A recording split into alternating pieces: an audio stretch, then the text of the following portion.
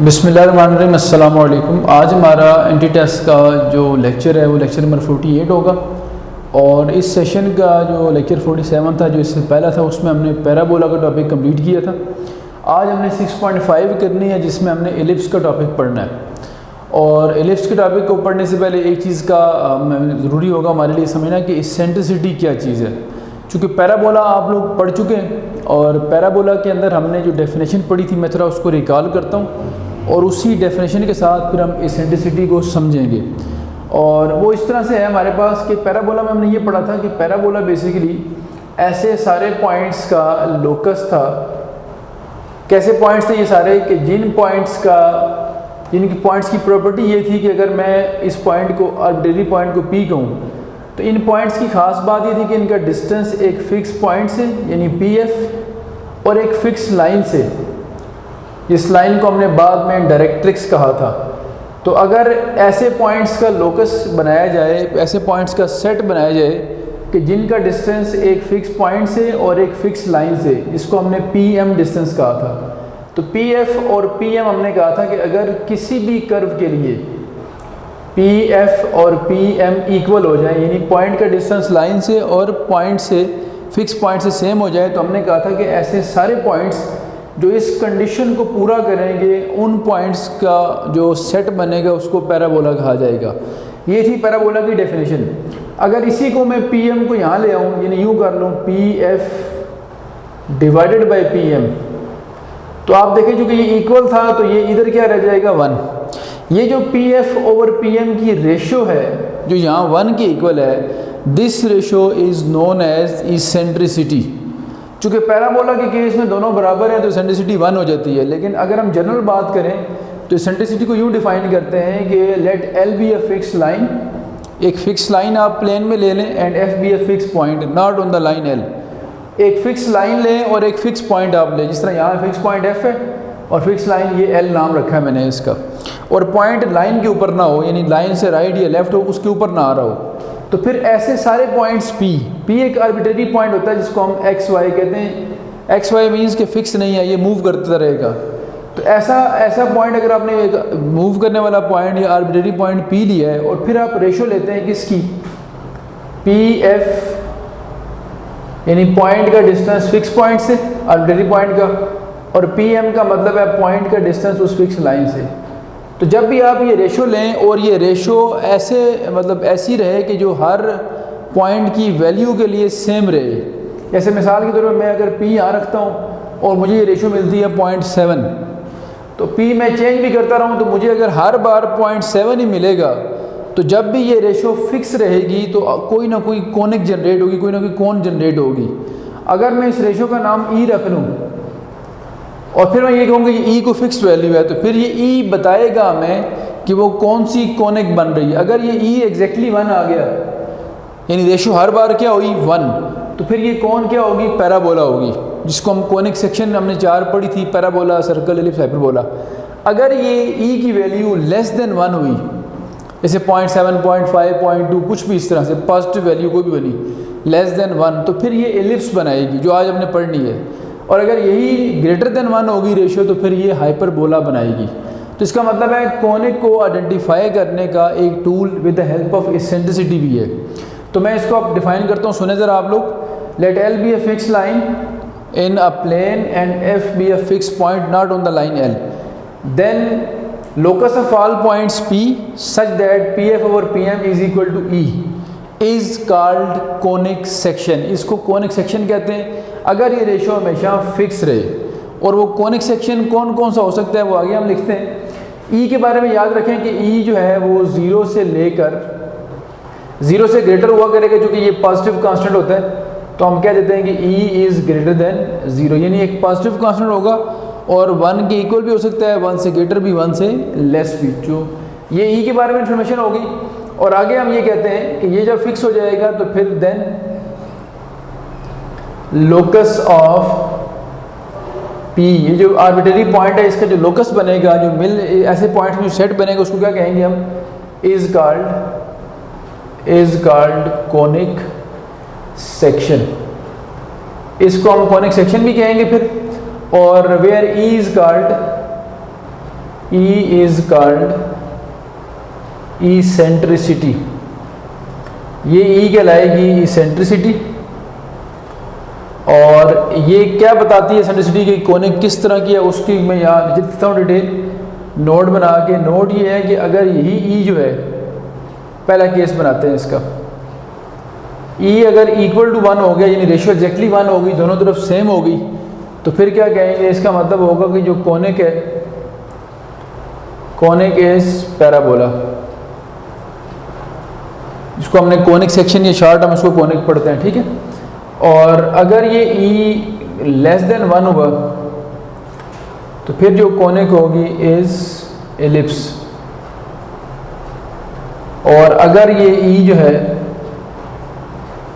Greater than 1 हुआ तो फिर ये जो कोनिक होगी, मतलब ये जो P पॉइंट्स जितने भी हैं उनका जो लोकस होगा वो क्या होगा, कोनिक इज हाइपरबोला। हाइपरबोला ये तो जनरल डेफिनेशन होगी। फिर हम हर जब कोनिक पढ़ रहे होंगे ना पैराबोला में, तो हमें E फाइंड करने की जरूरत नहीं है, E 1 के इक्वल होता है इसेंट्रिसिटी। हाइपरबोला में और एलिप्स में हम इसका एक फार्मूला पढ़ेंगे प्रॉपर, जिसके थ्रू हम E फाइंड किया करेंगे। और उसी फार्मूले से हम ये बात ड्राइव करेंगे जो फोर्थ केस में बना रहा हूँ कि सर्कल की इसेंट्रिसिटी 0 होती है। If E is equal to 0 this implies जो कोनिक है वो एक सर्कल है, सर्कल, ठीक है। तो ये इसके हो गए हमारे पास 4 केसेस। सर्कल बेसिकली एक स्पेशल केस बनता है इसका। चलिए जी, अगर आपने इसेंट्रिसिटी समझ लिया तो अब हम इस काबिल हो गए हैं कि अब हम पैरा जो आज का टॉपिक है हमारा 6.5 का एलिप्स का, वो हम डिफाइन कर सकें। तो ये अगर आप लोग लिख चुके हैं तो मैं इसको अरेज करता हूँ और आज हम प्रॉपर पढ़ते हैं जो एलिप्स का टॉपिक है उसको, और कोशिश करेंगे आज के लेक्चर में एलिप्स के से रिलेवेंट जितनी भी इंफॉर्मेशन है वो हम रिवाइज़ कर लें और जितने MCQs बन सकते हैं वो हम देख लें। और ये याद रखा करें कि कोनिक सेक्शन में से जो हमारा फीडबैक, बच्चों का फीडबैक जो रहा है हमें मिला है, वो यही रहा है कि कोनिक सेक्शन चैप्टर 6 जो है इसमें जो बेसिक इन्फॉर्मेशन है अगर वो आपकी ग्रिप में है हर कोनिक से रिलेटेड, तो इंशाल्लाह कोई भी MCQ आपका नहीं रहता जो आपका एंट्री टेस्ट में आए। इसलिए ज़रूरी है कि हम बजाय इसके कि हम उसको एक्सटेंशन उसकी करें और चीज़ें जो हैं वो और ज़्यादा लेफ्ट राइट पढ़ें, हमें पहले बेसिक इन्फॉर्मेशन हर कौन से रिलेटेड, सर्कल, पैराबोला, एलिप्स, जो हर कोनिक क्या उससे रिलेटेड हमें पहले बेसिक इन्फॉर्मेशन पूरी करनी होती है। तो मैं आपको पहले बेसिक इन्फॉर्मेशन बताता हूँ, फिर हम देखेंगे कि किस तरह के MCQs इसमें से बन सकते हैं। तो शुरू करते हैं। एलिप्स का टॉपिक हमारा जो आज का है, मैं पहले एलिप्स की डेफिनेशन लिखता हूँ यहाँ पे, फिर उसको मैं आपके सामने एक्सप्लेन करता हूँ। अच्छा जी, मैंने डिफाइन किया एलिप्स को, हेडिंग दी एलिप्स की, फिर उसके बाद डेफिनेशन लिखी है और मैं पढ़ के सुनाता हूँ आप लोगों को, फिर उसके बाद इसको मैं एक्सप्लेन करता हूँ। एलिप्स क्या चीज़ है? Set of all those points in a plane. Plane के अंदर उन पॉइंट्स का सेट या उन पॉइंट्स का लोकस। कौन से points? Sum of whose distances from two fix points is constant. Sum of whose distances का मतलब है कि ऐसे पॉइंट्स जिनका आप टू फिक्स पॉइंट से अगर आप उनका लें डिस्टेंस और उस डिस्टेंस का करें सम, तो फिर वो क्या रहे, वो कांस्टेंट रहे, तो ऐसे पॉइंट का जो सेट होगा उसको हम कहेंगे इज कॉल्ड एलिप्स। मैं आगे लिख देता हूँ, इज कांस्टेंट के बाद क्या लिखना है, इज कॉल्ड एलिप्स।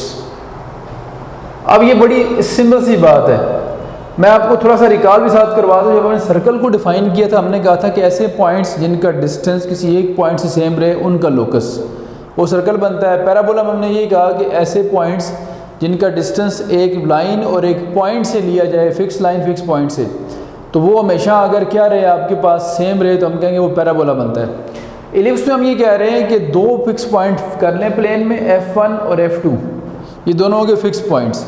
फिर वो सारे पे जो डॉट लगे हुए ये सारे पॉइंट्स हैं। कैसे पॉइंट्स हैं? इन सारे पॉइंट्स की ये ख़ास बात है, ये प्रॉपर्टी है कि इनका डिस्टेंस इससे और इससे ले कि जब मैं ऐड करूँगा, सम करूँगा तो हमेशा फिक्स नंबर आएगा। मिसाल के तौर पे देखें, मैं अगर आपसे ये कहता हूँ कि मैं डिस्टेंस लेता हूँ, आप लोगों के सामने 2 मुख्तलिफ पॉइंट्स रखे हैं मैंने, मैं कहता हूँ लेट से कोई एक पॉइंट यूज़ करता हूँ, ये वाला पॉइंट यूज़ कर लेता हूँ मैं, इसका डिस्टेंस मैं यहाँ से लेता हूँ F2 से और इसी का डिस्टेंस लेता हूँ मैं F1 से। तो ये दोनों तरफ से डिस्टेंस लेते हैं इसका, इस पॉइंट का। अब मैं फॉर एग्जांपल ये कहता हूँ कि डिस्टेंस जो मैंने 2 लिए हैं इनमें से एक डिस्टेंस की वैल्यू मैं कहता हूँ कि ये 4 यूनिट है लेट से, और ये जो डिस्टेंस की वैल्यू है ये हम कहते हैं 6 यूनिट है। और ये वो P एक पॉइंट P चूज़ किया। ये सारे पॉइंट P हैं, चूँकि आर्बिट्रेरी है, फिक्स नहीं है ये। तो आप देखें हुआ क्या है कि जब मैंने डिस्टेंस लिया P का F1 से और फिर उसमें मैंने ऐड किया P का डिस्टेंस F2 से लेके, तो आप देख सकते हैं एक 6 है और एक 4 है, तो 6 + 4 कितना हो गया 10। अब ये समझ लें कि ये 10 बन गया है एक स्टैंडर्ड। अब जब भी आप जिस भी पॉइंट का डिस्टेंस लेंगे दोनों पॉइंट से और सम करेंगे तो 10 ही आएगा आपका आंसर। मिसाल के तौर पे अब मैं चेंज करता हूँ इस पॉइंट को मैं ले आता हूँ इस जगह पे, ठीक है, बिल्कुल तकरीबन मिडिल क्या लें इसको आप। अब इस पॉइंट P को मैं यहाँ लाएं, ये डॉट सारे पॉइंट्स हैं। अब अगर मैं डिस्टेंस यहाँ से लेता हूँ F1 से और फिर मैं F2 से लेता हूँ, तो हो सकता है इधर से भी 5 हो, इधर से भी 5 हो। अगेन 5 + 5 कितना हो गया 10। अगर मैं इस पॉइंट को ले आता हूँ इस जगह पे, ये P पॉइंट है, चूँकि P मूव करता जा रहा है ना। F2 से मैं डिस्टेंस लेता हूँ इसका फॉर एग्जांपल, और मुझे आंसर मिलता है इसका यहाँ से 3 यूनिट। और जब मैं F1 से लेता हूँ इस P का डिस्टेंस, बल्कि यूँ करते हैं, ये लेट से 2 है PF2 और PF1 लेता हूँ तो वो आता है 8। तो 8 + 2 फिर कितना है 10। अब आपको बात समझ आ गई होगी कि ये सारे वो पॉइंट्स हैं जिनका डिस्टेंस F1 F2 से लेके ऐड करूँगा मैं, सम करूँगा तो हमेशा सेम आएगा। उसी सेम वैल्यू को हमने यहाँ 10 रखा हुआ है। 10 लाजमी नहीं हर बार 10 आए। अगर ये एक बार 8 आएगा तो फिर हर बार 8 आएगा, 7 तो 7 आएगा। It means it will remains a constant. ये कोई कांस्टेंट वैल्यू रहेगी हमेशा आपके पास, और वो कांस्टेंट यहाँ पे कितना है 10 है। अब मैं रिपीट करता हूँ बात। Set of all those points in a plane, sum of whose distances from 2 fix points is constant is called ellipse. ऐसे पॉइंट्स जिनका डिस्टेंस 2 फिक्स पॉइंट से लेके जब भी आप ऐड करें और आपको वो कांस्टेंट वैल्यू मिले, इन पॉइंट्स के लोकस को, सेट को हम एलिप्स कहते हैं। अब ये जो मैंने फिक्स रखा हुआ है ना 10 ये वाला, यहाँ तो मैंने 10 वैल्यू रखी, कभी 10 कभी 8 कभी 20 30 कुछ भी हो सकती है। इसको जो सिंबॉलिकली जो नोटेशन ली जाती है स्टैंडर्ड, वो होती है इसकी 2a। जिस तरह पैराबोला में आपको याद है ना, हमने कहा था y² = 4ax, और ये जो 4a था अगर आप भूल ना गए हों तो ये लेटेस्ट रेक्टम की लेंथ थी ये वाली। ये स्टैंडर्ड कितना था 4a। इसी तरह एलिप्स के अंदर ये जो सम होता है ये इसको हम 2a कहते हैं। a कहाँ पे आएगा, a आगे चल के इक्वेशन में नजर आएगा कि वो क्या होता है। तो हम यूँ भी कह सकते हैं। और ये जो 2 पॉइंट्स होते हैं, जिस तरह पैराबोला में एक जो फिक्स पॉइंट था उसको हमने कहा था फोकस ऑफ पैराबोला। तो यहाँ 2 फिक्स पॉइंट्स हैं, 2, इसका मतलब इसके 2 फोकस होंगे। और जब हम P का डिस्टेंस F1 से लेते हैं, P का डिस्टेंस F2 से लेते हैं, तो इनको हम फोकल डिस्टेंसेस कहते हैं। तो इसी बात को, ये जो मैथमेटिकल वर्डिंग लिखी है ना PF1 + PF2 2a, इसी को मैथमेटिकल वर्डिंग में यूँ भी कहा जाता है सम ऑफ फोकल डिस्टेंसेस। तो इसका मतलब ये हुआ कि एलिप्स क्या चीज़ है, ऐसी कोनिक जिसमें सम ऑफ फोकल डिस्टेंसेस हमेशा फिक्स रहे, कांस्टेंट रहे, उसको हम कहते हैं वो एलिप्स है। तो ये ऐसे भी MCQs बनते हैं कि यूँ लिखा आता है कि if any conic sum of focal distances is always same then the conic is called, तो आप कहेंगे conic is called ellipse. 4 option हो, एलिप्स, पैराबोला, हाइपरबोला और सर्कल, तो आपने एलिप्स चूज़ करना है। ठीक होगी बात जी। अब उम्मीद है ये डेफिनेशन आप लोगों को क्लियर होगी। अगर डेफिनेशन आप लोगों को क्लियर है तो मैं प्रॉपर डायग्राम बना के, और फिर हम जानते हैं कि जब भी कोनिक डिस्कस करें तो पहले हम स्टैंडर्ड इक्वेशन डिस्कस करते हैं। जैसे मैंने पैराबोला की पहले ये स्टैंडर्ड इक्वेशन लिखी थी, इसके एलिमेंट्स लिखे थे, और फिर मैंने इसके 4 केस आपको बताए थे, लेफ़्ट, राइट, अपवर्ड, डाउनवर्ड। इसी तरह अब हम एलिप्स की लिखेंगे स्टैंडर्ड इक्वेशन, और उसके बाद हम उसके जो केसेस पॉसिबल बनते हैं वो देखेंगे। जिस तरह एलिप्स के अंदर, पैराबोला के अंदर केसेस, ऐसे ही एलिप्स के अंदर भी केसेस होंगे, और कितने होंगे ये अभी हम डिस्कस करने लगे हैं। तो शुरू करते हैं। अच्छा, ये अब मैंने एलिप्स की डायग्राम बनाई है आप लोगों के सामने, जिसमें ये जो 2 लाइंस हैं ब्लू कलर की, ये एक्स एक्सिस की लाइन है। दोनों जो फोकस हैं जिनको हम प्लूरल फॉर्म में फोसाई बोलते हैं, वो दोनों एक्सिस के ऊपर आ गए, और ये वाई एक्सिस की लाइन है, और जहाँ पे दोनों मीट करते हैं ये ओरिजिन है। तो ये इनफैक्ट जो ओरिजिन है वो एलिप्स का सेंटर है। और मैंने आपको लास्ट लेक्चर में बताया था कि स्टैंडर्ड फॉर्म तब हम कहते हैं कोने को जब ओरिजिन का कोई मेन रोल हो उसके अंदर। पैराबोला में हमने कहा था कि जब उसका वर्टेक्स ओरिजिन पे हो तब वो स्टैंडर्ड फॉर्म में होता है। तो हम एलिप्स में ये कहते हैं कि जब एलिप्स का जो सेंटर है वो ओरिजिन पे हो तब हम कहते हैं कि वो स्टैंडर्ड फॉर्म में है। तो 3 ऐसी कॉनिक्स हैं, एलिप्स, सर्कल और हाइपरबोला, जिनके सेंटर्स होते हैं, इनको सेंट्रल कॉनिक्स कहा जाता है। और पैराबोला का सेंटर नहीं होता तो हम उसको फोकल कॉनिक कहते हैं। तो इसका मतलब ये हो गया कि जिनके सेंटर हैं कॉनिक्स के, अगर उनका सेंटर ओरिजिन पे हो तो हम कहते हैं वो अपनी स्टैंडर्ड फॉर्म में है, और पैराबोला का सेंटर नहीं होता तो हम फिर उसका जो वर्टेक्स है उसको ओरिजिन पे रख के कहते हैं कि वो अपनी स्टैंडर्ड फॉर्म में है। तो एलिप्स की स्टैंडर्ड फॉर्म का मतलब है जब उसका वर्टेक्स कहाँ पे हो, जब उसका सेंटर कहाँ पे हो, ओरिजिन पे, तो हम कहते हैं वो अपनी स्टैंडर्ड फॉर्म में। और इसके 2 केसेस हैं बेसिक, या हॉरिजॉन्टल होगी एलिप्स, यानी इस तरफ इसकी लेंथ ज़्यादा होगी, या ये वर्टिकल होगी। तो मैंने ये पहला केस लिखा है स्टैंडर्ड इक्वेशन का x² / a² + y² = 1। इसका हॉरिजॉन्टल और वर्टिकल होने का जो इन्हिसार है, जो डिपेंडेंस है, वो a और b की वैल्यू के ऊपर है। अगर हम कहते हैं कि a b से ग्रेटर है, मतलब जो x का डिनोमिनेटर है वो ग्रेटर है, तो x के लॉन्ग लेंथ भी इसकी ज़्यादा होगी, यानी ये हॉरिजॉन्टल केस होगा। तो a > b का मतलब क्या हुआ यहाँ पे कि ये हम कौन सा केस डिस्कस कर रहे हैं, हॉरिजॉन्टल केस। ठीक होगी बात जी। तो ये पहली बात तो ये समझ लें कि एलिप्स हॉरिजॉन्टल है, और अपनी स्टैंडर्ड फॉर्म में होने का मतलब ये है कि इसका सेंटर ओरिजिन के ऊपर है। अब आगे चलते हैं। अब इसमें हम एक रिलेशनशिप बनाते होते हैं, c का स्क्वायर इक्वल होता है a² - b² के। a और b तो इक्वेशन से मिल जाएंगे, और c जो होगा वो इस फार्मूले से आपको मिल जाएगा। अब c का रोल क्या है?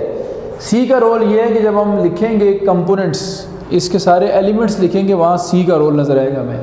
तो अब एलिमेंट्स की मैं हेडिंग बनाता हूँ, एलिमेंट्स की जो लिस्ट है वो प्रॉपर हम यहाँ बना लेते हैं। सबसे पहली जो चीज़ है जो एलिमेंट में लिखते हैं हमने, वो एलिप्स का सेंटर हम लिखेंगे, और एलिप्स का जो सेंटर है वो होता है ओरिजिन पे, अगर ये किस फॉर्म में हो, स्टैंडर्ड फॉर्म में। सेंटर के बाद दूसरी चीज़ होती है इसके वर्टिसेस। वर्टिसेस क्या होते हैं? जो एक तो ये वाला पॉइंट हो गया, जिस तरफ इसकी लेंथ ज़्यादा होती है, ये जो ग्राफ हमारा बनेगा एलिप्स का, जब ये मीट करेगा एक्स एक्सिस को, तो ये जो 2 पॉइंट्स हमारे बनते हैं, ये एक वर्टेक्स है और एक इसका ये वर्टेक्स है, ये वाला। और ये जो लेंथ टोटल यहाँ से लेकर यहाँ तक लेंथ होती है, टोटल लेंथ, जिस तरफ इसकी लेंथ ज़्यादा है उस तरफ अगर हम बात करें तो ये 2a के बराबर होती है। 2a का मतलब ये हो गया कि यहाँ से यहाँ तक अगर देखा जाए, ये जो हाफ लेंथ बनाई जाए अगर हम, तो ये जो हाफ लेंथ है ये a के बराबर होगी। तो मैं बल्कि इसको डिफरेंट कलर से लिखता हूँ ताकि ये आपको आसानी से समझ भी आ सके कि किस लेंथ की बात हो रही है। तो ये जो लेंथ मैं बात कर रहा था, यहाँ से लेकर यहाँ तक, ये लेंथ हमारे पास जो है, अगर हम हाफ तक देखते हैं तो ये लेंथ a के बराबर होगी। इसी तरह ये भी a होगी, तो यहाँ से यहाँ भी a और यहाँ से यहाँ भी a है, तो ये टोटल लेंथ बनती है 2a। और उसी को फिर अगर हम a ये है और यहाँ ओरिजिन है, तो फिर आप देख सकते हैं कि कोऑर्डिनेट्स क्या बनेंगे इस पॉइंट के। ये जो वर्टेक्स है इसके कोऑर्डिनेट्स होंगे a, 0, और जो उधर वाला है इसके होंगे -a, 0, चूँकि वो ओरिजिन से लेफ़्ट साइड पे है। अच्छा, अब हम यहाँ लिख लेते हैं फिर वर्टिसेस क्या बने, +- a, 0। फिर ये जो ये वाला पॉइंट है जहाँ एलिप्स की, ये समझ लें कि लेंथ कम होती है, साइज़ कम होता है, इसको हम कहते हैं कि ये दोनों जो हैं ये इसके को-वर्टिसेस हैं। तो ये वाला जो है, यहाँ से यहाँ अगर हम हाइट की बात करें, इस तरह ये a रखा है हमने ना, बिल्कुल इसी तरह से ये जो वैल्यू होती है यहाँ से यहाँ तक, हाफ अगर हम देखें तो ये b के इक्वल होगी। तो b ऊपर है और b नीचे है ये वाला, तो टोटल 2b लेंथ बनती है। अब अगर ऊपर की तरफ ये b बन रहा है तो ये जो को-वर्टिसेस होंगे, अब आप समझ गए होंगे, इनको कहा जाता है को-वर्टिसेस। अगर हम c से लिखें तो ये होगा 0 ± b। जो ऊपर की तरफ है वो होगा 0, +b, जो नीचे की तरफ है वो होगा 0, चूँकि 0 जो नीचे जो है वो आप जानते हैं कि y नेगेटिव होता है। अच्छा जी, ये भी क्लियर हो गया आप लोगों को। फिर उसके बाद बारी आती है इन 2 पॉइंट जिनको हमने फिक्स पॉइंट्स कहा था। अब ये दोनों फोकस हैं, और ये जो लेंथ बनती है यहाँ से लेकर यहाँ तक, यानी सेंटर से लेकर फोकस तक, ये c के इक्वल है। इस तरह इधर भी क्या होगी c, तो फिर कोऑर्डिनेट्स क्या बनेंगे, इधर वाले के c, 0 और इधर वाले के -c, 0, जो कि यहाँ हमने c इस रिलेशनशिप से निकालना है। इन दोनों को फोकस को हम प्लूरल फॉर्म में फोसाई बोलते हैं, और प्लस माइनस C0 इनके कोऑर्डिनेट्स हैं। ठीक हो के बाद यहाँ तक। अब ये जो क्लियर होने के बाद, अब जिस तरह पैराबोला का एक हमने कहा था एक्सिस होते हैं पैराबोला के, ये अगर पैराबोला है तो ये उसके एक्सिस थे। एक्सिस का मतलब वो लाइन जिसके अबाउट ग्राफ सिमेट्रिक होता है, एक्सिस ऑफ सिमेट्री भी बोलते हैं इसको। एलिप्स में दो एक्सिस बनते हैं, कौन से? एक तो ये एक्सिस हो गया हॉरिजॉन्टल, इस लाइन के अबाउट देखिए ऊपर जो एलिप्स सिमेट्रिक है, और एक ये इसके एक्सिस बनते हैं, इसके लेफ्ट राइट भी एलिप्स क्या है? सिमेट्रिक है। इसका मतलब ये है कि हम कह सकते हैं कि एलिप्स के दो तरह के एक्सिस हैं। अब चूँकि इस तरफ एलिप्स की लेंथ ज़्यादा है, इस तरफ कम है, तो इन एक्सिस को हम कहते हैं मेजर एक्सिस और इनको हम कहते हैं माइनर एक्सिस। तो मैं लिखता हूँ यहाँ पे एक्सिस की हेडिंग अगर हम दें तो सबसे पहले हम लिखेंगे मेजर एक्सिस। इस केस में जो मैंने आपके सामने लिखा है, मेजर एक्सिस जो है वो अलोंग एक्स एक्सिस है, और जो माइनर एक्सिस है, माइनर एक्सिस जो है वो अलोंग वाई एक्सिस है। ठीक हो की बात जी। और जो इनकी लेंथ है, लेंथ का मतलब है कि जो यहाँ से लेकर यहाँ तक वैल्यू जो एलिप्स ने कैप्चर की हुई है वो हम देखते हैं। तो लेंथ होती है इसकी 2a मेजर की, और जो माइनर की लेंथ है वो 2b है। आपने ऑब्जर्व भी किया है कि ये भी a है, ये भी a है, तो 2a, और ये b कितना हो गया? 2b। ये वही 2a है। अगर आप भूल ना गए हो तो अभी थोड़ी देर पहले मैंने आपको कहा था कि जो एलिप्स की डेफिनेशन थी उसमें हमने कहा था ना pf1 डिस्टेंस और प्लस pf2 डिस्टेंस, जो इसका सम होगा वो 2a के इक्वल होगा। तो ये वो 2a जो था ना वो वाला 2a है ये। तो ये बात भी आपके माइंड में रहे कि जो 2a हम यहाँ लिख रहे हैं असल में वो उसी डेफिनेशन का 2a आ रहा है यहाँ पे। अच्छा, ये कितने एलिमेंट्स हो गए आपके पास? सेंटर, वर्टिसेस, कोवर्टिसेस, फोसाई हो गए, मेजर और माइनर एक्सिस हो गए। सेंटर भी हम ऑलरेडी लिख चुके हैं। अब हम बात करते हैं, जिस तरह पैराबोला के अंदर आपको याद होगा एक हमने रखा था जिसका नाम लेटस रेक्टम, और उसमें एक डायरेक्ट्रिक्स की लाइन भी थी।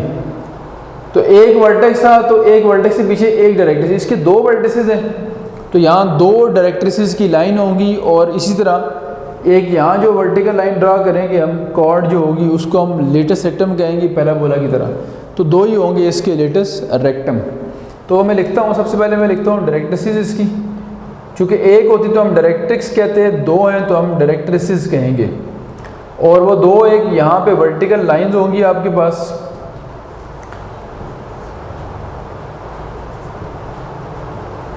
डायरेक्ट्रिसेस की लाइन मैं लिखता हूँ किस तरह से। पैराबोला में आपको याद होगा ये जो आपके पास डायरेक्ट्रिक्स की लाइन थी, इसको हमने कहा हुआ था x = -a। x में क्यों रखी थी? क्योंकि ये वर्टिकल लाइन थी। तो यहाँ जो कि दो बनेंगी, मैं डायग्राम में आपको शो करके दिखाता हूँ कि कहाँ कहाँ ये बननी है। एक इस वर्टेक्स के राइट पे बनेगी यहाँ पे, और एक इस वर्टेक्स के राइट पे बननी है। जितना डिस्टेंस का होगा उतना ही डिस्टेंस इसका भी होगा। अब चूँकि ये वर्टिकल लाइंस हैं तो वर्टिकल लाइन की ये प्रॉपर्टी है कि वो सिर्फ x में लिखी जाती हैं। तो ये जो इधर वाली होगी ये होगी x = +a/e, जो इधर वाली होगी ये होगी x = -a/e। तो यहाँ इकट्ठी लिखेंगे तो हम कहेंगे x = ±a/e। अब आप सोच रहे होंगे e क्या चीज़ आ गई है? ABC तो थे, e कहाँ से है? तो अभी थोड़ी देर पहले हमने डिस्कस किया, e को इसेंट्रिसिटी कहते हैं। और यहाँ e जो है अगर उसको कैलकुलेट किया जाए तो उसका फार्मूला ये होता है 1 - b² / a²। ये e कैलकुलेट करने का फार्मूला है। और आल्सो अगर आप चाहें तो एक और फार्मूला भी है, e होता है हमारे पास c/a के बराबर। तो जो आपको फार्मूला इजी लगे, जिस तरह का डाटा होगा उसके अकॉर्डिंग फार्मूला यूज़ करना है। यहाँ से अब आप ये जो e अगर इसके इक्वल है, तो अगर सर्कल की हम जो हमने बात कर रहे थे कि सर्कल की सेंट्रिसिटी 0 होती है, उसका भी आपको यहाँ से प्रूफ मिल जाता है। सर्कल जो कि राउंड फिगर होती है और रेगुलर शेप होती है दोनों तरफ, क्योंकि उसका ये और ये डिस्टेंस बराबर होता है, जिसको हम रेडियस कहते हैं वहाँ पे। इसका मतलब सर्कल में a और b क्या होंगे? इक्वल। तो a और b अगर इक्वल कर दिए जाएँ तो ये कट जाएगा, 1 - 1 क्या हो जाएगा 0। तो यहाँ से प्रूफ मिलता है हमें कि एसेंट्रिसिटी सर्कल की 0 होती है। अच्छा आगे चलते हैं जी। अब इसमें एसेंट्रिसिटी होगी आपके पास, फार्मूला भी आपने देख लिया। एक बात और भी यहाँ से क्लियर है कि सी ये और ए यहाँ से यहाँ तक है, सी इज़ लेस देन ए, इसलिए सी और ए की रेशो जो होगी वो भी लेस देन क्या होगी 1। तो यहाँ से ये बात भी क्लियर है कि इसकी एसेंट्रिसिटी लेस देन 1 होती है। ये बात क्लियर करने के बाद अब हम आखिरी बात करते हैं जो इसकी हमने कहा था लेटस रेक्टम, उसकी लेंथ। तो मैं लिखता हूँ यहाँ पे लेटस रेक्टम जो है, अगर हम उसकी बात करें तो पैराबोला में उसकी लेंथ आपको याद है 4a थी। यहाँ जो लेंथ होगी लेटस रेक्टम की ये 2b² है। अब ये सारी बातें याद रखनी है आप लोगों ने कि ये सारी की सारी चीज़ें MCQs में आती हैं और बेसिक इन्फॉर्मेशन इतनी ज़्यादा है कि इससे हट के MCQ बनने के चांसेस कम होते हैं। यही चीज़ें आपके MCQs में एज इट इज़ पूछी जाती हैं स्टैंडर्ड फॉर्म से रिलेटेड। और यहाँ मैं उसकी भी जो डायग्राम आपके सामने बना दूँ कि लेटेस्ट रेक्टम की डायग्राम जो है वो किस तरह की बनती है। ये हो गया आपके पास जिस तरह पैराबोला में था, बिल्कुल वैसी डायग्राम इसकी है। ये देखें, अगर इस पॉइंट को मैं A कहूँ, इसको मैं B कहूँ, तो A से B तक की जो लेंथ बनती है वो असल में लेंथ ऑफ लेटेस्ट रेक्टम है। इस तरह हम यहाँ भी बना सकते हैं, दोनों की लेंथ जो होगी वो क्या होगी, सेम होगी। These are called latus rectums. ठीक। अच्छा, अब यहाँ तक क्लियर करने के बाद जो एलिप्स की स्टैंडर्ड फॉर्म थी जिसमें हॉरिजॉन्टल केस था A B था, वो हमारा यहाँ पे कंप्लीट है। इसको आप लिख लें। फिर जब हम वर्टिकल फॉर्म की बात करेंगे तो मैं इसी के अंदर माइनर सी करूँगा चेंजेस, ताकि आपको नए सिरे से डायग्राम दोबारा ना बनानी पड़ जाए या एलिमेंट दोबारा लिखने पड़ जाए। अब देखें, ये तो था हॉरिजॉन्टल केस।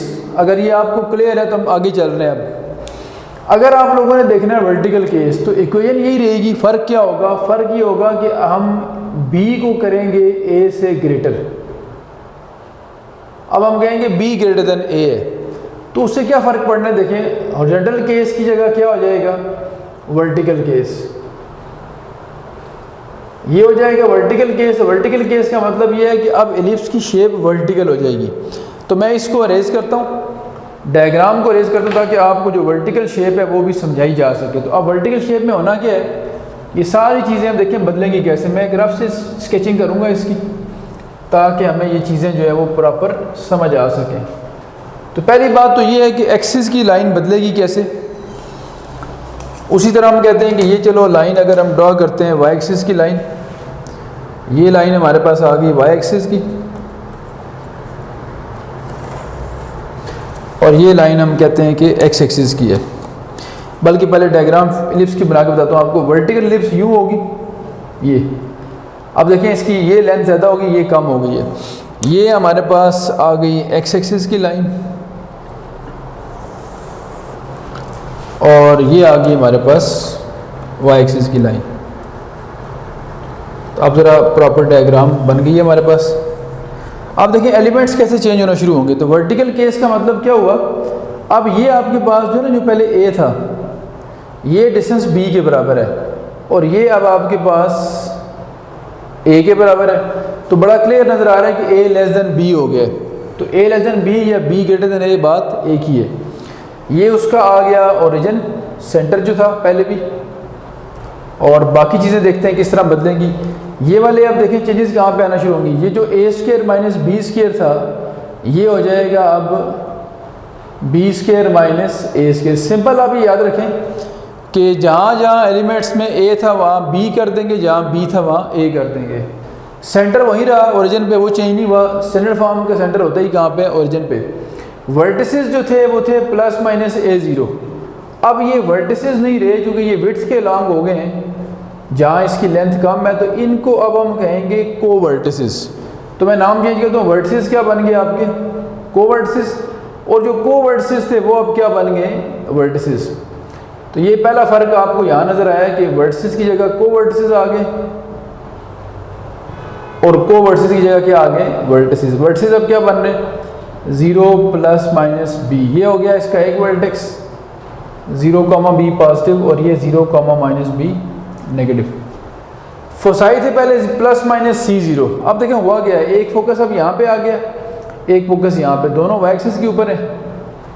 तो अगर मैं दोनों को लिखना चाहूँ तो क्या होगा, देखें ये अब x0 और y c और ये वाला भी x0 और y - c। तो अब फोसाई बजाय प्लस माइनस सी ज़ीरो के x0 और y क्या हो गया प्लस माइनस सी। मेजर एक्सिस कौन से हो गए माइनर, और माइनर कौन से हो गए मेजर। तो पहले मेजर थे अलॉन्ग x एक्सिस, अब वो क्या होंगे अलॉन्ग y एक्सिस। माइनर पहले अलॉन्ग थे y, अब माइनर कहाँ पे हो गए अलॉन्ग x। लेंथ मेजर की पहले कितनी थी 2a, अब होगी 2b और ये होगी 2a।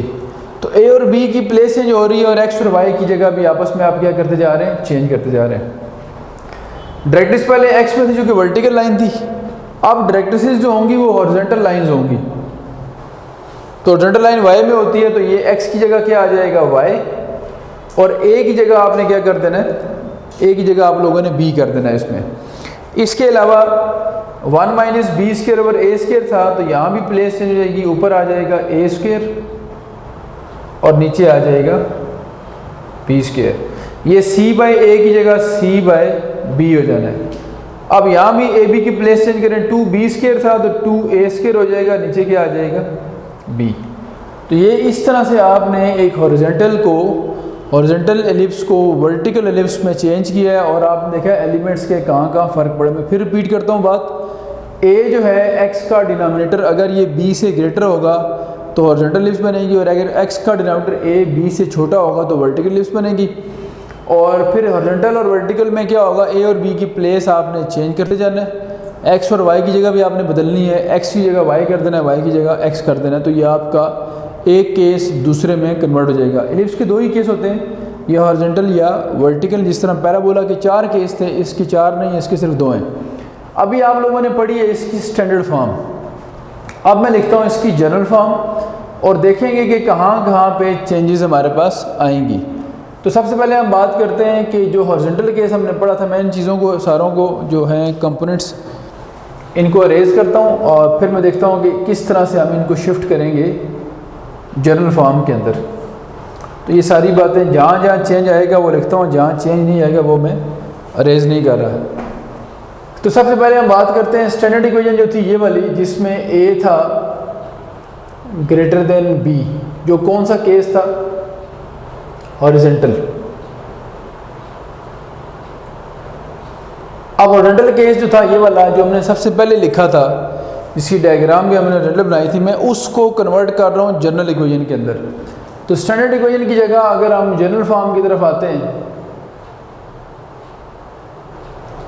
जनरल इक्वेशन, तो क्या फ़र्क पड़ेगा। देखिए सबसे पहले तो फ़र्क ये पड़ेगा कि जो सेंटर है वो चेंज होगा, ओरिजिन से हटेगा, तो इक्वेशन यूँ हो जाएगी x minus H whole square over A square, y minus K whole square over B square is equal to 1। ये आ जाएगी आपके पास इक्वेशन। अब जिस तरह देखा होगा पैराबोला के अंदर भी स्टैंडर्ड फॉर्म अगर ये थी y square is equal to 4ax, तो जनरल फॉर्म में क्या किया था हमने, y की जगह y माइनस के किया था और x की जगह x माइनस एच किया था। वही सेम काम यहाँ किया हमने। अब देखिए कुछ चीज़ें ऐसी होंगी जो चेंज होंगी और कुछ चेंज नहीं होंगी। पैराबोला में आपने देखा था कि जो 4a था वो 4a ही रहा था, यानी ये इनवेरिएंट क्वांटिटी थी जो चेंज नहीं हुई थी। इसी तरह कुछ चीज़ें एलिप्स में भी ऐसी होंगी जो स्टैंडर्ड फॉर्म से जनरल फॉर्म में आने के बाद भी चेंज नहीं होंगी। वो कौन सी हैं देखते हैं। सबसे पहले ये रिलेशनशिप है C square is equal to A square minus B square. जो हॉरिजॉन्टल केस चाहे स्टैंडर्ड हो या जनरल हो, ये चेंज नहीं होता। सेंटर चेंज हुआ है, सेंटर पहले ओरिजिन पे था, अब सेंटर आ गया है कहाँ पे, एच और के पे। और आपको याद हो तो मैंने आपको एक तरीका सिखाया था बैलेंस करने का। मैंने कहा था स्टैंडर्ड फॉर्म के एलिमेंट्स में जो इधर माइनस हो रहा है वो प्लस करना है, जो प्लस हो रहा है वो माइनस करना है। तो ये आ गया सेंटर आपके पास। वर्टिसेस जो पहले थे वो कौन से थे देखें, पहले वर्टिसेस थे आपके पास अगर आपको याद हो प्लस माइनस a कॉमा 0। मैं स्पेस इसलिए दे रहा हूँ ताकि आपको बैलेंस करना सिखाऊं। ये पहले थे स्टैंडर्ड फॉर्म के वर्टिसेस। ये कौन सी फॉर्म थी, डायग्राम भी अगर आप भूल ना गए हो तो डायग्राम आपके सामने जो बनी हुई थी उस वक्त वो देखें हमने कैसी बनाई थी। अब ज़रा शॉर्ट सी डायग्राम थे, ये डायग्राम थी आपके पास हॉरिजॉन्टल केस की। ये एक्स एक्सिस थे, ये वाई एक्सिस थे उस वक्त जो उसके एक्सिस थे। तो पहले वर्सेस से प्लस माइनस ए ज़ीरो, अब x में से h माइनस हुआ है तो यहाँ वो h ऐड हो जाएगा, y में से k माइनस हुआ है तो वहाँ ये k प्लस हो जाएगा। को वर्सेस देखते हैं। को वर्सेस पहले जो थे वो थे, अगर आपको याद हो, 0 प्लस माइनस b। अब इसी तरह इधर x वाला जो चेंज है वो इधर ऐड करें और y वाला चेंज इधर ऐड कर दें। अगर यहाँ प्लस होता तो मैं यहाँ माइनस करता। फोसाई पहले जो थे वो कहाँ थे, प्लस माइनस c कॉमा 0 पे। अब x वाले में h ऐड, y वाले में k ऐड। और इसको अगर सिंप्लीफाई करके लिखें तो यूँ हो जाएगा plus minus a plus h comma k और h comma plus minus b plus k। ठीक है जी। अच्छा, इधर अगर आप देखें फोसाई आप क्या बन रहे हैं, plus minus c plus h comma k। Major axis जो थे पहले हमने कहा था अलॉन्ग एक्स एक्सिस, वो जो पहले ये थे अलॉन्ग एक्स एक्सिस, अब अलॉन्ग तो नहीं रह चुके। ओरिजिन जो है पहले सेंटर ओरिजिन पे था, अब जो सेंटर है वो चेंज हो गया, कहाँ पे चला गया, h कॉमा k पे। तो इसका मतलब अब ये एक्स एक्सिस तो नहीं होंगे, एक्स एक्सिस के पैरेलल होंगे। पैरेलल का मतलब क्या है कि ये अगर पहले एक्स वाई प्लेन था, यहाँ ओरिजिन था, अब एलिप्स पहले यहाँ थी, अब वो हो सकता है यहाँ पे एलिप्स हो, तो उसके मेजर एक्सिस एक्स के पैरेलल रहेंगे और माइनर जो है वो वाई के पैरेलल रहेंगे। तो हम यूँ कहेंगे कि पहले हमने कहा था लॉन्ग, अब हम कहेंगे पैरेलल टू एक्स एक्सिस, और इसको हम कहेंगे जो पहले लॉन्ग वाई एक्सिस थे अब हम कहेंगे पैरेलल टू वाई एक्सिस। ठीक है जी। लेंथ फिर भी वही रहेगी, क्योंकि लेंथ तो चेंज नहीं होनी, एलिप्स का साइज तो नहीं चेंज किया हमने, प्लेस चेंज की है सिर्फ, तो लेंथ इनवेरिएंट रहेगी, ये 2a ही होगी और ये 2b होगी। लेंथ वही रही है जिस तरह पैराबोला में 4a की लेंथ 4a रहती थी ट्रांसलेट करने के बाद, जनरल फॉर्म में ट्रांसफॉर्म करने के बाद भी। अब ये y था प्लस माइनस, जो वर्टिकल लाइन थी ये थी डायरेक्ट्रिक्स पहले, जो वर्टिकल लाइंस होती थी, और x इज इक्वल टू क्या था आपके पास अगर आपको याद हो, x is equal to plus minus a by E. तो x में चेंज आया माइनस h का, तो यहाँ आ जाएगा प्लस h का चेंज। अगर ये y में होती तो प्लस k कर देता इसमें मैं।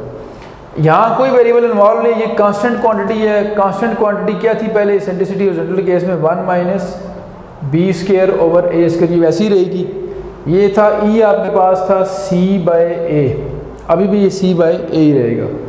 और लेंथ ऑफ लिटिल सेक्टम जो है वो भी एक कांस्टेंट क्वांटिटी है, पहले थी, और जनरल केस में अगर आपको याद हो 2b स्क्वायर बाई a, तो अभी भी ये 2b स्क्वायर बाई a ही रहेगी।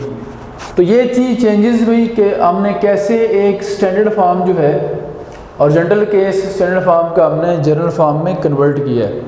अगर ये आपको बातें क्लियर हो गई तो अब हम देखते हैं कि किस तरह के इसके क्वेश्चन जो है वो आ सकते हैं। एक दो क्वेश्चंस करने के बाद हम ये जो एलिप्स की इन्फॉर्मेशन है यही बस आपने एक्वायर करनी थी। जो भी स्टैंडर्ड फॉर्म होती है उसके एलिमेंट्स के अंदर आपने इफेक्ट को बैलेंस करना होता है। तो मैं एक दो क्वेश्चन आपको करवाता हूँ जिससे आपको आइडिया हो जाएगा एलिप्स का, और अगर एलिप्स का आइडिया सही तरह होगा तो जो हाइपरबोला का टॉपिक है वो बिल्कुल एलिप्स के पैरेलल चलेगा, थोड़ा सा माइनर सा फ़र्क होगा, बाकी सारे का सारा ऐसा ही होना है। तो आप कुछ क्वेश्चंस करते हैं और फिर उसकी कुछ प्रॉपर्टीज़ हम देखते हैं। अच्छा, ये मैंने आप लोगों के सामने दो क्वेश्चन लिखे हैं। एक क्वेश्चन लिखा है मैंने आपके सामने जिसमें इक्वेशन बनानी है एलिप्स की हमने, और एक मैंने लिखा है आपके सामने जिसमें हमने कुछ एलिमेंट्स बताना है, जिनमें से एक ही एलिमेंट है वो लेटस रेक्टम की लेंथ पूछी गई है। तो ये आपको इस तरह के एमसीक्यूज आएंगे, 4 ऑप्शंस दिए होंगे, वो ऑप्शन आपने एक जो सिलेक्ट करना है वो करेक्ट ऑप्शन चूज़ करना है। पहले मैं आपको इसका बताता हूँ प्रॉपर मेथड, फिर इसका एक शॉर्टकट बताऊंगा कैसे आपने प्रॉपर मेथड को बाईपास करके आंसर को पिक करना है। सबसे पहले चीज़ तो ये देखनी पड़ती है कि एलिप्स का केस कौन सा है, स्टैंडर्ड है या जनरल केस है। तो अगर सेंटर ओरिजिन पे है तो इसका मतलब ये स्टैंडर्ड केस है। अब इसके बाद अगला मसला ये होता है कि स्टैंडर्ड केस 2 होते हैं, हॉरिजॉन्टल या वर्टिकल, तो ये कौन सा केस होगा। तो उसके बाद हम देखते हैं कि फोकस, वर्टेक्स और सेंटर, इन तीनों के अंदर हमें देखना होता है कि कौन सा कोऑर्डिनेट सेम है। हमें नज़र आ रहा है कि इसका एक्स कोऑर्डिनेट फोकस का और वर्टेक्स का एक्स कोऑर्डिनेट सेम है।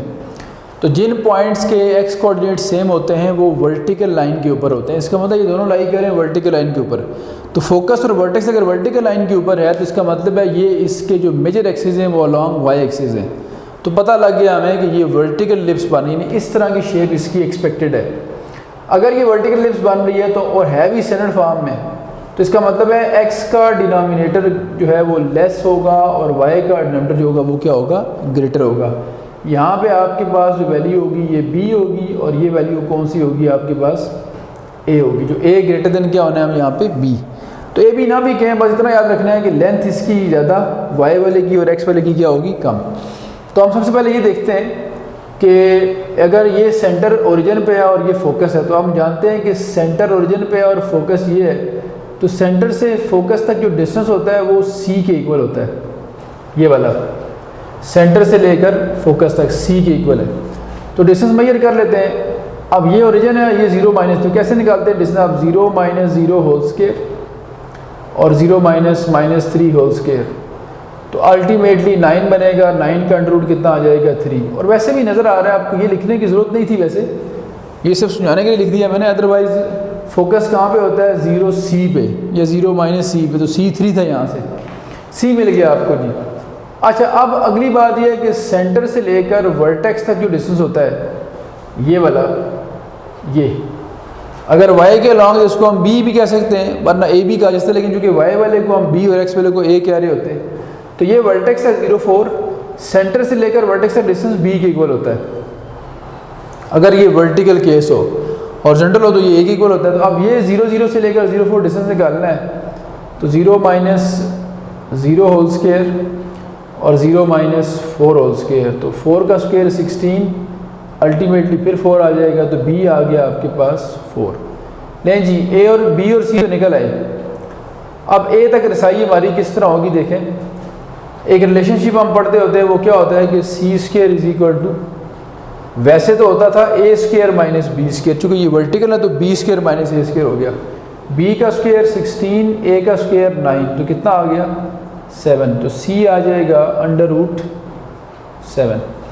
ऑल दो हमें जो है चूँकि c तो हमने पहले से रखा हुआ है अपने पास, हमें a तक पहुँचना था, तो c स्क्वायर किसके इक्वल था, b square minus a square के। हमें यहाँ से a फाइंड करना है, a उस तरफ ले जाए, तो ये बनेगा b स्क्वायर और c इधर ले आए, b square minus c square. अब हो जाएगी क्लियर बात हमें। c ये आपके पास और b ये है, तो b का स्क्वायर 16, c का स्क्वायर 9, तो ये कितना आ गया 7। a स्क्वायर 7 है, तो a आ जाएगा अंडर रूट 7। ये लेंगे। तो अब हमारा आंसर क्या बनेगा, ये देखें, यहाँ लिखता हूँ मैं। रिक्वायर्ड इक्वेशन जो बनेगी,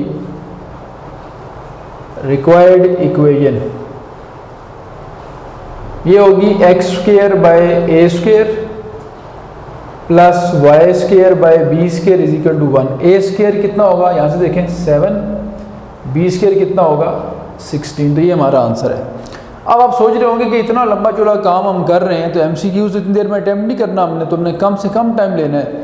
तो MCQs के लिए याद रखें कि फोकस आपके पास होना था 0 प्लस माइनस c पे, वर्टेक्स होना था कहाँ पे, 0 प्लस माइनस b पे।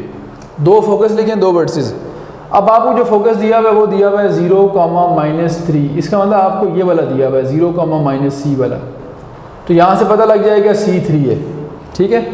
और ये अगर आपको दिया हुआ है 0, 4, तो इसका मतलब है 0 प्लस b वाला दिया हुआ है, तो यहाँ से पता लग जाएगा b4 है, तो इसका मतलब है b और c 3 और 4 फ़ौरन मिल जाएंगे। आपने ये रिलेशनशिप लिखना होगा, उसमें ca निकालना होगा और इक्वेशन में पुट कर देना होगा बस। तो हार्डली 15-20 सेकंड लग रहे हैं। और इससे भी शॉर्ट मेथड ये है कि 4 जो ऑप्शंस दिए होंगे, पहले वो ऑप्शन देखें जिसमें आपको स्टैंडर्ड फॉर्म दी हुई है, और फिर वो ऑप्शन देखें जिसमें स्टैंडर्ड फॉर्म वर्टिकल है। उसकी पहचान क्या होती है कि y का डिनोमिनेटर ग्रेटर और x का डिनोमिनेटर क्या होगा, स्मॉलर। तो इस तरह से आप इसको पिक कर सकते हैं। लेकिन जी ये तो हो गया क्वेश्चन इक्वेशन से रिलेटेड। अब हम आते हैं जिसमें एलिमेंट की बात की, और एलिमेंट कोई भी आपसे पूछ सकता है, सेंटर, फोकस, वर्टेक्स, डायरेक्ट्रिक्स, कोई भी एलिमेंट हो सकता है। यहाँ मैंने लिखा है लेंथ ऑफ लेटेस्ट रेक्टम। तो एलिप्स को पहले अपनी स्टैंडर्ड फॉर्म में लाते हैं, 36 इस तरफ ले आए,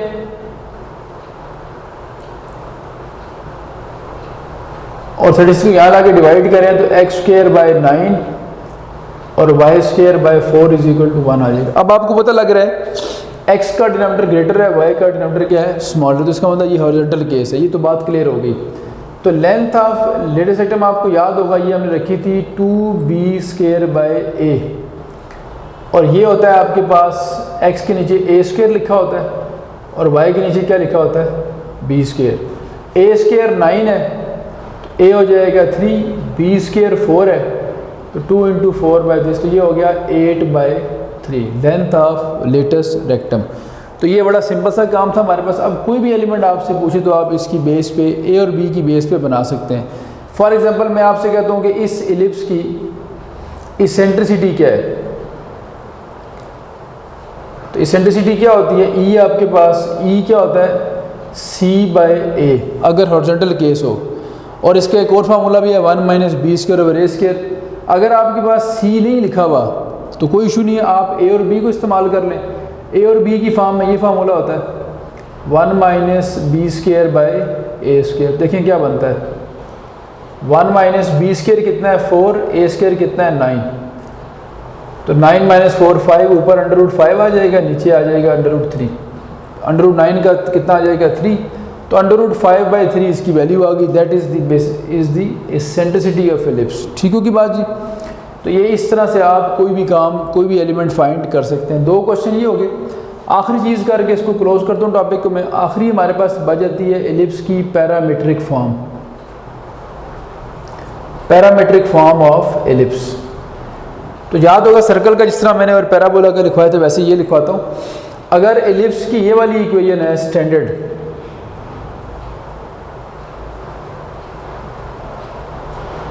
तो फिर पैरामीट्रिक इक्वेशंस क्या होंगी, x = a cos थीटा और y = b sin थीटा। आपको सर्कल का अगर याद हो तो a cos और a sin था, यहाँ a cos और b sin है।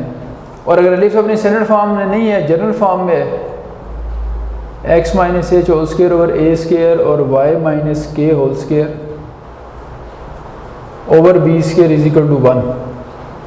तो फिर चेंज क्या करना है, x तो आपके पास a cos थीटा है ना, और y जो आपके पास b sin थीटा है। इसमें चेंज क्या होगा, देखें इधर h माइनस हुआ है, यहाँ x था, यहाँ x - h, तो इधर h ऐड कर दें और इधर k ऐड कर दें, तो ये इसकी बनेगी पैरामीटर। ये जनरल इक्वेशन है, ये पैरामीट्रिक, ये आपके पास जनरल रिलेशनशिप है, ये कौन सा आपके पास पैरामीट्रिक है। तो इस तरह से आपके पास इक्वेशन जो है वो अपनी दोनों तरह की फॉर्म में आपसे पूछी जा सकती है। तो पैरामीट्रिक इक्वेशंस करने के बाद एलिप्स का टॉपिक हमारा कंप्लीट होता है, और इंशाल्लाह नेक्स्ट क्लास में हम हाइपरबोला पढ़ेंगे, जो कि तकरीबन ऐसा ही काम होगा, हमारे पास थोड़ा सा फ़र्क होगा उसमें। और अगली क्लास में हम कोशिश करेंगे कि हाइपरबोला के साथ साथ जो आखिरी पोर्शन है कॉनिक्स का वो भी कर लिया जाए, ताकि नेक्स्ट क्लास आपकी जो है वो कॉनिक्स सेक्शन के हवाले से लास्ट क्लास हो। तो आज तक इतना काफ़ी है। कोई भी इशू हो तो आप जूम वाली लाइव क्लास में डिस्कस कर सकते हैं। अल्लाह हाफ़िज़।